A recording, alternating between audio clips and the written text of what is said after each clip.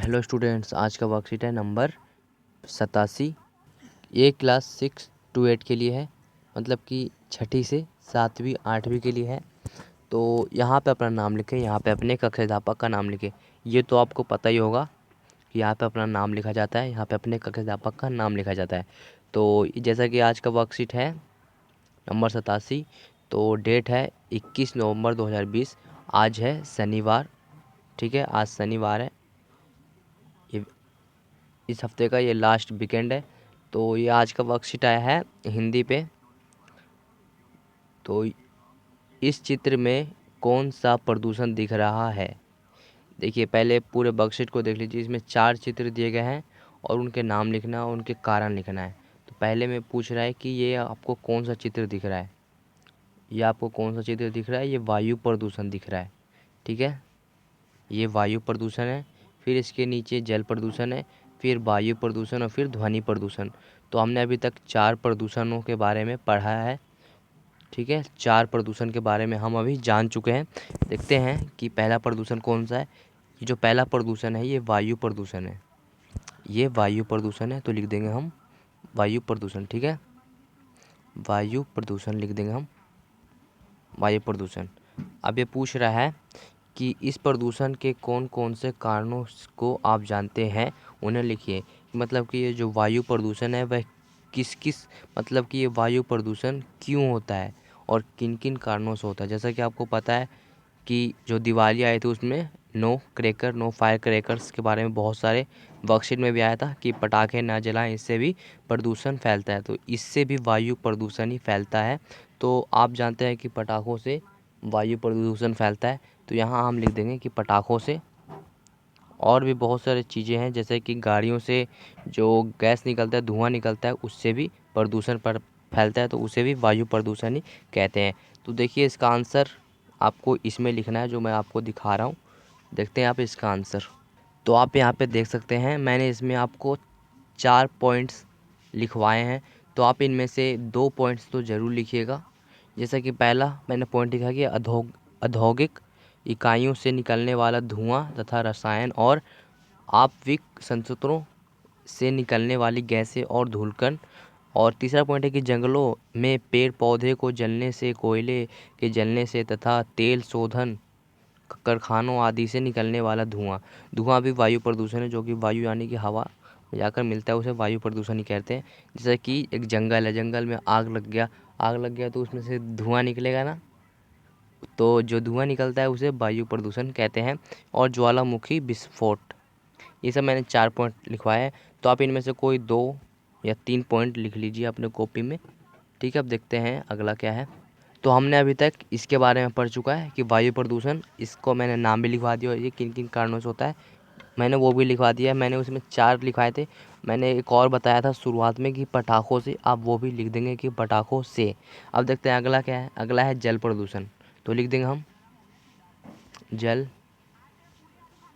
प्रदूषण, ठीक है। आपको लिख देना है यहाँ पे जल प्रदूषण, इस बॉक्स में जल प्रदूषण। और यहाँ पे जैसा कि मैंने बताया है कि ये जल प्रदूषण किन किन कारणों से होता है। जल प्रदूषण देखिए कि ये जल है, ये पानी है। पानी में देखिए कि बहुत सारी चीज़ फेंका हुआ है, जैसे कि मछली का आटा, ये सब सब पानी में फेंका हुआ है। तो पानी को क्या कहते हैं? जल। और जो इसमें फेंका जाता है कचरा कूड़ा, उसे कहते हैं प्रदूषण। तो इसको इसको मिला के कहते हैं जल प्रदूषण। समझ गए आप? अब ये पूछ रहा है कि ये किन किन कारणों से होता है। तो जो आप जानते हैं उनको लिख दीजिए कि हम जो अपने घर में आता है वो कचरे में फेंका जाता है, तो उसे जल प्रदूषण कहते हैं। तो देखते हैं इसका आंसर क्या है। जल प्रदूषण का यहाँ पे मैंने 3 पॉइंट बताए। नंबर 1 है कि मानव मल का नदियों नहरों में विसर्जन। नंबर पॉइंट पे है कि 2 पे है कि सफाई तथा सीवर उचित प्रबंधन ना होना। और तीसरा है कि विभिन्न औद्योगिक इकाइयों द्वारा अपने कचरे आदि गंदे पानी का नदियों नहरों और विसर्जन में। कच्चा हो गया। यहाँ पे आप लिख दीजिएगा चौथा पॉइंट कि कच्चा पेट्रोल कुओं से निकालते समय समुद्र में मिल जाता है, जिससे जल प्रदूषित हो जाता है, तो उसे कहते हैं जल प्रदूषण। जैसा कि देखिए कि एक बहुत बड़ा नदी है, वहाँ पे कच्चा पेट्रोल और धुओं से निकालते समय समुद्र में मिल जाता है, जिससे कि जल प्रदूषित हो जाता है, मतलब कि जल गंदा हो जाता है। जब तेल पेट्रोल ये सब अगर पानी में मिल जाएगा तो पानी क्या हो जाएगा, गंदा हो जाएगा, इससे जल प्रदूषित हो जाता है। वो पानी कोई नहीं पी सकता। मछली, आपको पता है कि समुद्र में बहुत सारी मछलियाँ होती है, तो वो भी नहीं कुछ कर सकते, तो इसे कहते हैं जल प्रदूषण। अब देखते हैं आगे क्या है। चैनल को सब्सक्राइब कर दीजिए, नीचे में रेड कलर का बटन दिख रहा होगा, उस पर सब्सक्राइब बटन लिखा होगा नीचे में, और बगल में बेल आइकन भी आएगा, उसे भी दबा दें। तो हमने 2 पॉइंट में कर दिया। पहला है था वायु प्रदूषण, तो दूसरा था जल प्रदूषण। अब देखते हैं तीसरे पे क्या है। तीसरे पे है कि भूमि प्रदूषण। जैसा कि ये ज़मीन है, इस पे बहुत सारा कचरा फेंका हुआ है, ठीक है, इसे कहते हैं भूमि प्रदूषण। ठीक है, लिख देंगे आप यहाँ पे भूमि प्रदूषण। ठीक है, लिख दीजिए आप यहाँ पे भूमि प्रदूषण। लिख दिया आपने भी भूमि प्रदूषण, तो आपको भी लिख लेना है भूमि प्रदूषण। ठीक है, तो भूमि का मतलब तो आपको पता है कि भूमि यानी ज़मीन, धरती, और जिस पे जो कचरा गिरता है उसे प्रदूषण कहते हैं, कचरा, तो इसे कहते हैं भूमि प्रदूषण। अब ये पूछ रहा है कि भूमि प्रदूषण किस कारण होता है और क्यों क्यों होता है। आप जो जो कारणों को जानते हैं उनमें लिखिए। जैसे कि हमारे घर में कोई कचरा फेंका जाता है, तो वो भी कहीं ना कहीं फेंका जाता ही होगा, तो उसी को कहते हैं भूमि प्रदूषण। समझ गए? तो देखते हैं इसका आंसर। तो आप समझ गए होंगे कि हमारे घर में जो भी आता है कचरा, तो वो भी कहीं ना कहीं तो फेंकाता होगा। जैसा कि एक कूड़ा होता है, वहाँ तो फेंकाता होगा, तो उसी को कहते हैं भूमि प्रदूषण। तो इसका आंसर मैं लिखवा देता हूँ आपको। तो आप यहाँ पे देख सकते हैं कि इस तरह से होता है। जैसा कि ये बुलडोज़र है, बुलडोज़र से आया है यहाँ पे बहुत सारे कचरा, और ये भी किसी न किसी ज़मीन पे ही आया होगा, तो इसी को कहते हैं भूमि प्रदूषण। तो भूमि प्रदूषण विभिन्न मानवीय गतिविधियों, मतलब कि मानव यानी इंसान की गतिविधियों का कामों के कारण और प्राकृतिक कारकों के कारण भी होता है। समझ रहे हैं आप कि भूमि प्रदूषण के कुछ कारण कीटनाशकों का उपयोग, औद्योगिक और कृषि। औद्योगिक मतलब कि बहुत सारे फैक्ट्रियाँ आता है, फैक्ट्रियों से बहुत सारा कचरा निकलता है, और कृषि खेतों से भी निकलता है, तो उसे कहीं ना कहीं फेंका ही जाता होगा। निपटान के लिए विकल्पों की कमी, वनों की कटाई, जंगल की कटाई बढ़ते, और शहरीकरण, एसिड वर्षा और खनन शामिल है। समझ सकते हैं? ये आप पूरा लिख लेना है। अगर आपको चित्र बनाना आता है तो जो वर्कशीट में है वही चित्र बनाइए, क्योंकि इस चित्र को तो आपको समझ ही नहीं आ रहा होगा, तो आप बस यही लिख दीजिए। अगर आपको चित्र बनाना आता है तो चित्र यानी फ़ोटो बना सकते हैं। तो देखते हैं आगे क्या है वर्कशीट में। तो हमने तीन तीन प्रदूषणों के बारे में हमने जान चुका है। अब ये लास्ट हमारा है। देखिए यहाँ पे पूछे इस चित्र में कौन सा प्रदूषण दिख रहा है, तो इसमें बहुत सारे में स्पीकर, पटाखों और हथौड़े से आवाज़, और जब सबके जिस से आवाज़ आता है वो सब चित्र आपको यहाँ पे दिखाया गया है। तो इसे क्या कहते हैं, आवाज़ को क्या कहते हैं हिंदी में? ध्वनि। ठीक है, तो ये ध्वनि प्रदूषण है।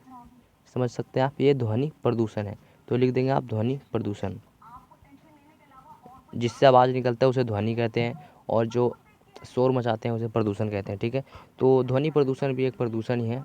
तो ये पूछ रहा है कि ये किन किन कारणों से होता है। जैसे कि अगर कोई लाउड स्पीकर, मतलब कि बहुत तेज़ आवाज़ में बजा रहा है और किसी को दिक्कत हो रहा है, तो उसे कहते हैं प्रदूषण। तो हमें ऐसा नहीं करना चाहिए, सिर्फ अपने सुनो, दूसरों को मत सुनो। तो देखते हैं इसका आंसर, जो कि आपको यहाँ पे लिखना है। जो मैं आपको लिखवाने जा रहा हूँ वो यहाँ पे लिखना है। और प्लीज़ मेरे चैनल को सब्सक्राइब कर दें, नीचे में बेल आइकन भी दिख रहा होगा, उसे भी दबा दें, और इस वीडियो को लाइक करें और कमेंट करें। तो देखते हैं इसका आंसर हम।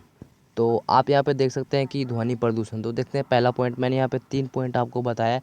तो इसमें पहला पॉइंट है कि शहरों एवं गाँव से भी त्योहारों व उत्सव में राजनीतिक दलों के चुनाव प्रचार व रैली में लाउड स्पीकरों का अनियंत्रित इस्तेमाल का प्रयोग। तो आप देख सकते हैं कि गांव, शहरों में किसी उत्सव त्यौहार पर राजनीतिक या चुनाव के दौरान जो बहुत कस-कस के आवाज़ आते हैं, बहुत लाउड स्पीकर का उपयोग किया जाता है, वह भी एक ध्वनि प्रदूषण है। समझ रहे हैं? और मैंने दूसरा पॉइंट है कि अनियंत्रित वाहनों, जो गाड़ी होता है उसमें से ही बहुत सारे आवाज़ आते हैं। ठीक है, गाड़ियों में से आवाज़ आता है, वाहन, समझ सकते हैं आप, कि विस्तार के कारण उसके इंजन और हॉर्न।